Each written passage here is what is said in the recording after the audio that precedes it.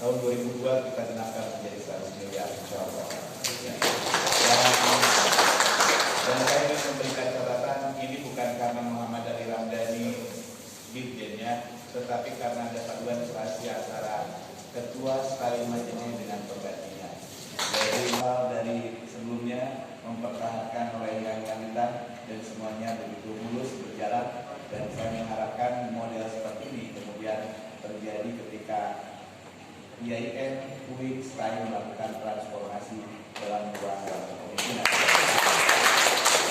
Ibu dan Bapak, saya diperintahkan oleh Bu Ketua untuk bicara dengan terlalu lama, sehingga maghrib akan menjelang, Soekarno juga berbicara. Ibu dan Bapak, ketika kita bercerita tentang sebuah proses transformasi, saya kira bacaan kita adalah sesuatu hal yang penting ketika kita mencoba meraba sebuah suasana masa depan untuk kita tangkap menjadi hal yang pada ini. Jadi Ibu dan Bapak, sebuah proses transformasi akan berjalan baik apabila kita mampu meramalkan apa yang terjadi